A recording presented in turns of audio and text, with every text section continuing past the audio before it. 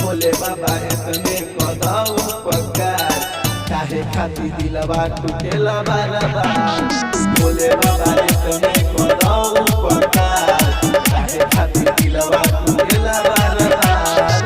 भोले बाबा इतने कदाऊ पकार काहे खाती दिलवा टूटेला बार बार।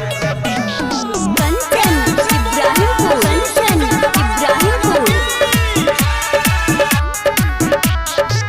झूठो के दिल सब लगावे बाबा केहू न प्यार निभावे बाबा।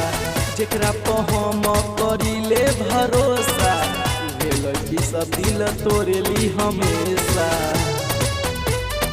ए बाबा झूठो के दिल सब लगा